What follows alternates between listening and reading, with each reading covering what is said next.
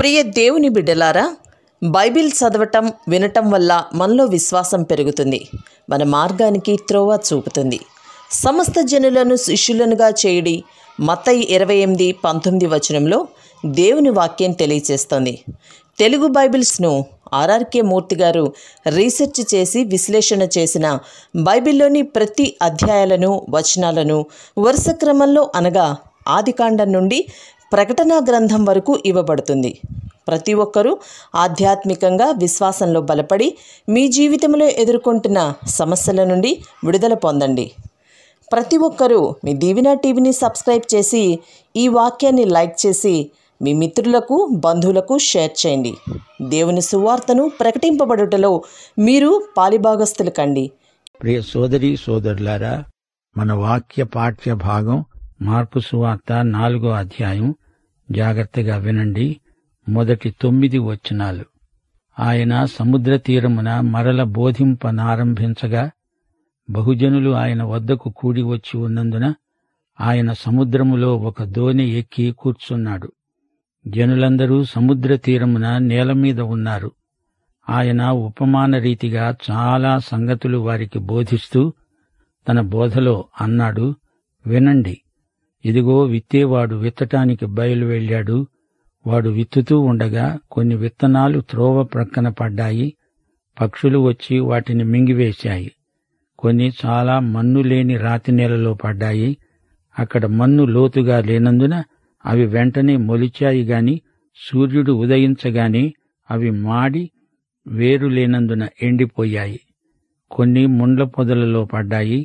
ముండ్ల పొదలు ఎదిగి వాటిని అణిచివేశాయి గనుక అవి ఫలించలేదు. కొన్ని మంచి నేలలో పడ్డాయి. అవి మొలిచి పెరిగి పైరై 30దంతలుగా 60దంతలుగా 100ంతలుగా ఫలించాయి. వినడానికి చెవులు గలవాడు వినుగాక. ప్రియ శ్రోతలు, గమనించండి. యేసు ఇంటిని విడిచి సముద్ర తీరానికి వచ్చాడు. ఇల్లు అంటే ఇశ్రాయేలు జాతి, సముద్రం అంటే అన్యజాతులు. తన ప్రజలైన ఇశ్రాయేలును విడిచి యేసు అన్యుల మధ్యకు వచ్చేశాడని భావం. ఈ సంఘటన యేసుక్రీస్తు వారి సేవా మధ్యంలో జరిగింది. సేవాభారం చేత ప్రభువు శరీరం ఎంతో అలసిపోయి ఉంది. పడవలో అలసిపోయిన యేసు నిద్రించాడు. యేసు ఉపమానాల ద్వారా ఎన్నో ఆధ్యాత్మిక సత్యాలు నేర్పాడు. యేసు తన సంభాషణల్లో ప్రయోగించిన పదజాలం కూడా ఉపమానములే. యాకోబు బావి దగ్గర సమరయ స్త్రీతో జీవజలమును ప్రస్తావించాడు. శిష్యులతో మాట్లాడుతూ, నేను మిమ్ములను మనుష్యులను పట్టే జాలరులనుగా చేస్తాను అన్నాడు. చేలు తెల్లబారి కోతకు సిద్ధంగా ఉన్నాయి అన్నాడు. పునాది రాయి, ఇసుక పునాది, ఇవన్నీ ఉపమాన పదాలే. ఉపమాన రీతిగా మాట్లాడాడు ప్రభువు. సువార్తను అంగీకరించని వారు 3 రకాలు. వీరు రక్షణ లేనివారు, దారి ప్రక్కన విత్తనాలను ఆకాశ పక్షులు మింగివేసిన జీవితాలివి. ఆకాశ పక్షులు అంటే సైతానే అని మనం గ్రహించాలి. లోతు లేక వేరునక కొన్ని మొక్కలు ఎండకు మాడిపోయాయి. రాళ్ల మధ్య పడిన విత్తనాల లాంటివారు. అయితే మంచి నేలను పడిన విత్తనాలున్నాయి. ఫలితాలు పలు రకాలుగా ఉన్నాయి. 30దంతలు, 60 అంతలు, 100 యేసు మరో సందర్భంలో అన్నాడు, నేనే నిజమైన ద్రాక్షవల్లిని. ఫలించాలి, ఎక్కువ ఫలించాలి, బహుగా ఫలించాలి అని ప్రభువు ఆజ్ఞాపించాడు. 100కి 100 ఫలం దేవుని చిత్తం. వినటానికి చెవులుంటేనే ఈ మాటలు వినపడతాయి. ఆ తరువాత ఏం జరిగింది? ప్రభువు ఈ ఉపమాన భావాన్ని తన శిష్యులకు తెలియజెప్తున్నాడు. 10 నుండి 20వ వచనం వరకు. ఆయన ఒంటరిగా ఉన్నప్పుడు 12 శిష్యులతో కూడా ఆయనతో ఉన్నవారు ఆ ఉపమానమును గూర్చి ఆయన్ను అడిగారు.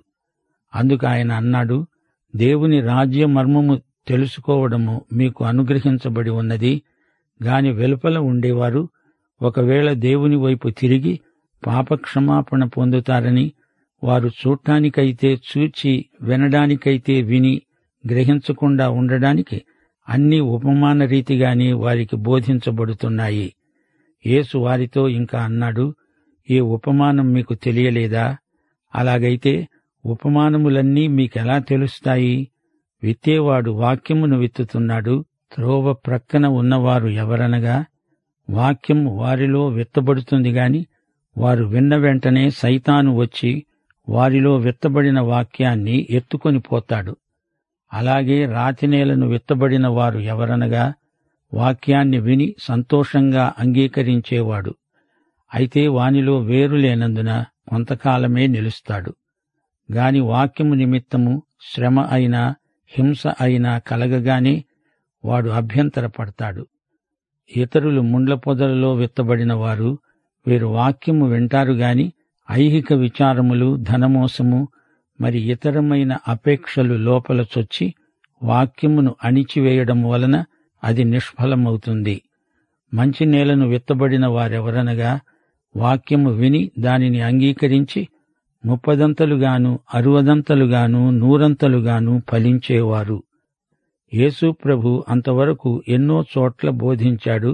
అయితే ప్రజలు గాని నాయకులు గాని అధికారులు గాని ఆయన మాటలను లక్ష్యం చేయలేదు.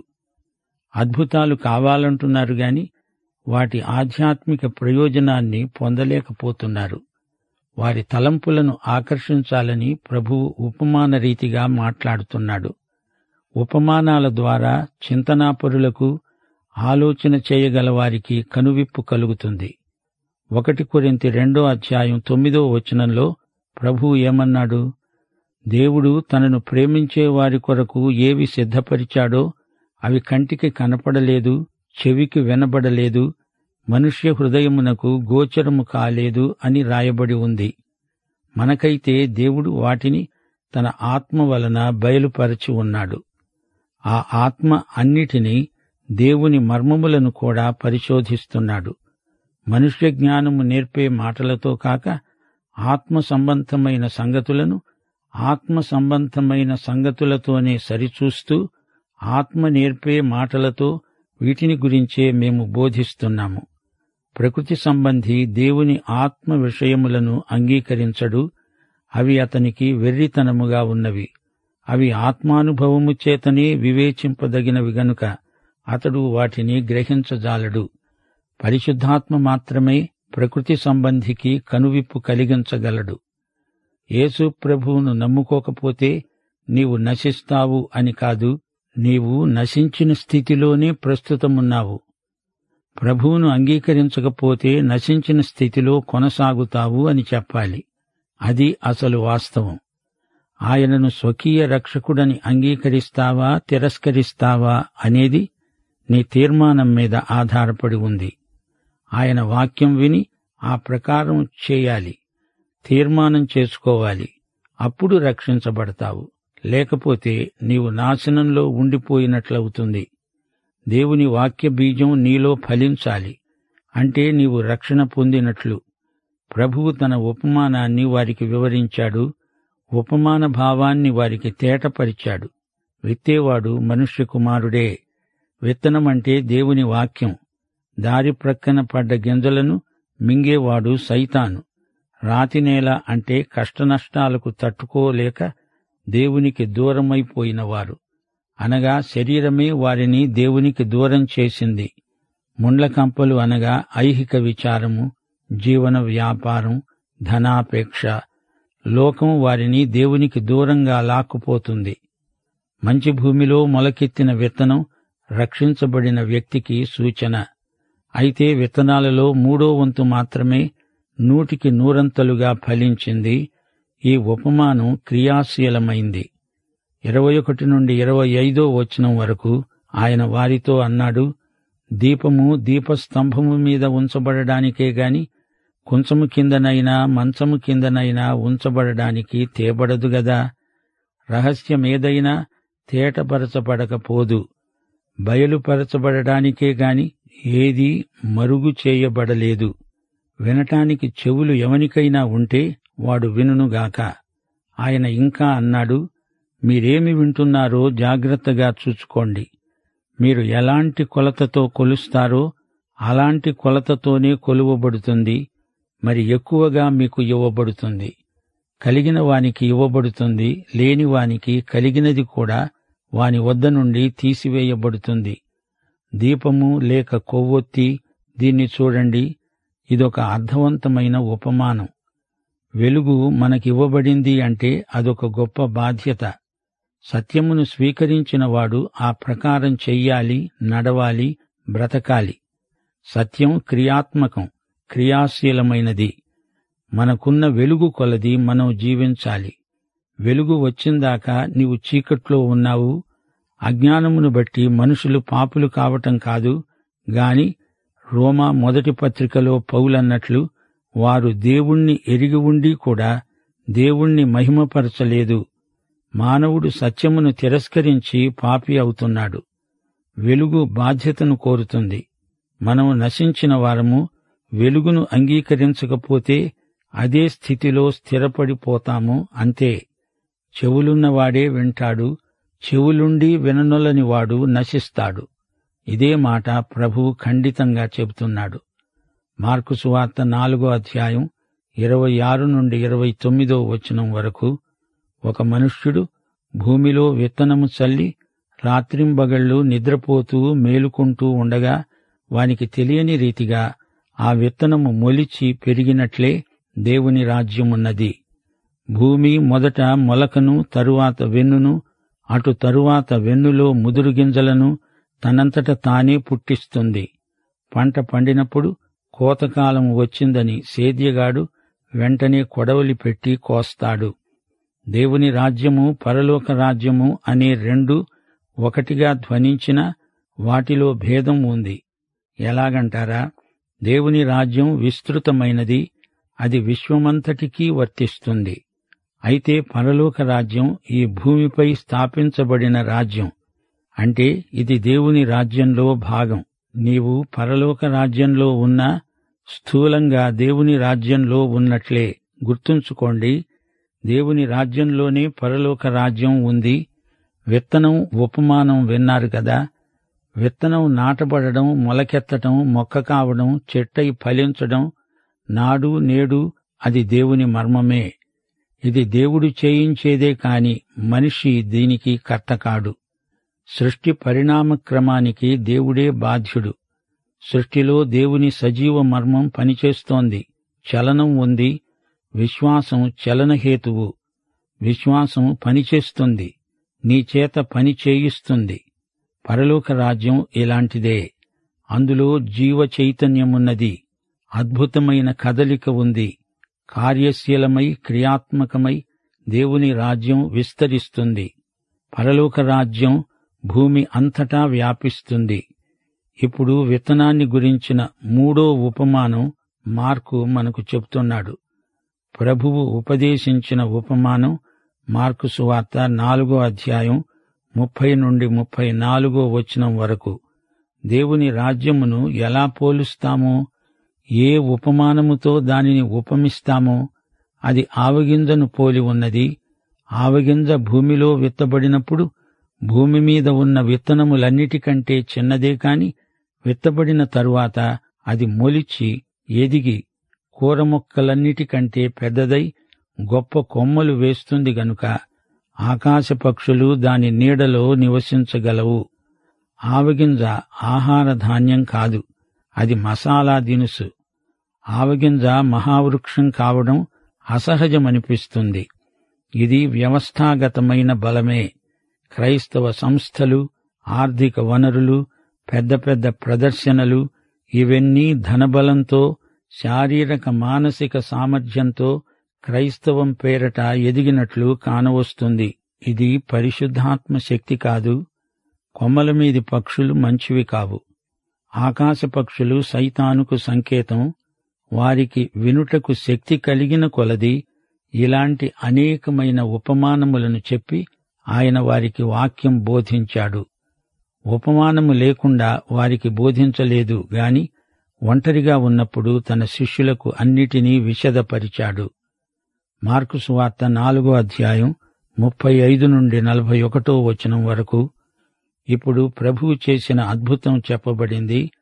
ఆ దినమే సాయంకాలమైనప్పుడు ఆయన అద్దరికి అనగా అవతలి తీరానికి పోదామని వారితో చెప్పగా వారు జనులను పంపివేసి ఆయనను ఉన్నపాటున చిన్న దోణిలో తీసుకుని వెళ్లారు. ఆయన వెంబడి మరికొన్ని దోణిలు వచ్చాయి. అప్పుడు పెద్ద తుపాను రేగి ఆయన ఉన్న దోణి మీద అలలు కొట్టినందున దోణి నిండిపోయింది. ఆయన దోణి అమరమున తలగడ మీద తలవాల్చుకొని నిద్రిస్తున్నాడు. వారాయనను లేపి అన్నారు, బోధకుడా, మేము నశించిపోతున్నాము, నీకు చింత లేదా?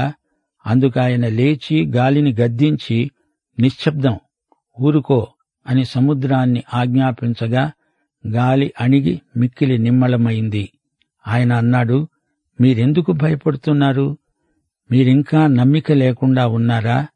వారు మిక్కిలి భయపడి ఒకనితో ఒకడు చెప్పుకున్నాడు, ఈయన ఎవరో, గాలి సముద్రము ఈయనకు లోబడుతున్నాయే. వారెందుకు భయపడ్డారు? ఆయన సముద్రాన్ని నిమ్మళింపచేసినందుకు వారు భయపడలేదు గాని సముద్రము ఆయన ఆజ్ఞకు వెంటనే లోబడినందుచేత వారు భయభ్రాంతులయ్యారు.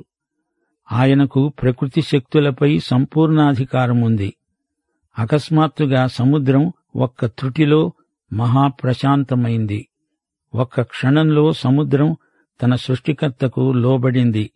వారికి భయము, ఆశ్చర్యము కలిగాయి.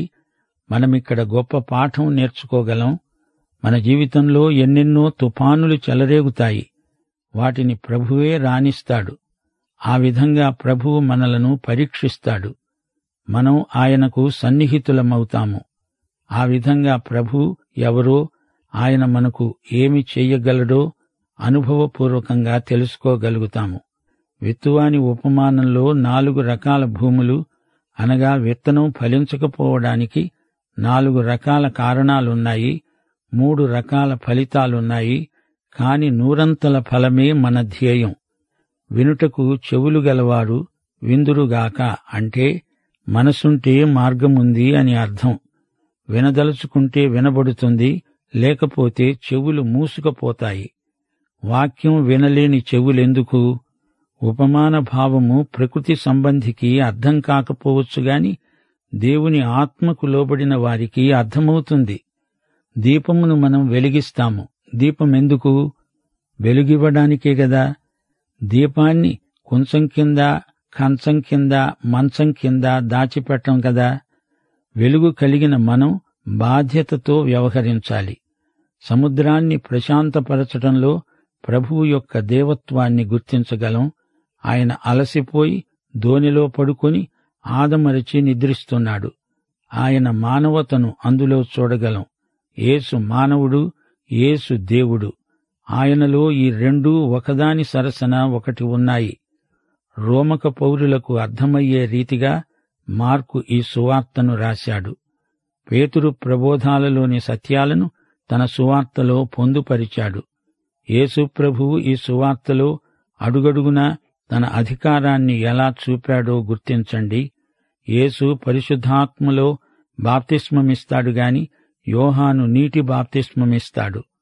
ప్రజలను మారు మనసుకు నడిపించాడు. ఈ పాఠంలో మా శ్రోతలు గమనించాల్సిన మరో విశేషముంది. అరణ్యంలో ఉండగా యేసు ప్రభువుకు మృగములు సైతం లోబడి పరిచర్య చేశాయి. 40 రోజులు ఆయన అరణ్యంలో శోధించబడ్డాడు. దేవుని ఆత్మ ఆయనను అరణ్యంలోకి తీసుకువెళ్ళాడు. అక్కడ యేసు సైతాను శోధనలను ఎడతెగక 40 రోజులు ఎదుర్కొంటూనే ఉన్నాడు. చివరికి ఆయన శోధనల్లో గెలిచాడు. మనం కూడా ఆత్మ ద్వారానే సైతానును, లోకాన్ని, శరీరాన్ని జయించగలం. ఆకలిగొన్నాడు. సైతాను ఆహారం విషయమై శోధించాడు. సైతాను తానే దేవుణ్ణని గుర్తించిన వారికి ఇహలోక ఐశ్వర్యమిస్తానంటాడు. యేసు ప్రభు ఆ శోధనను గెలిచాడు. దేవాలయ శిఖరం మీది నుండి దూకి జనాకర్షణతో ప్రజలను రాబట్టు అన్నాడు.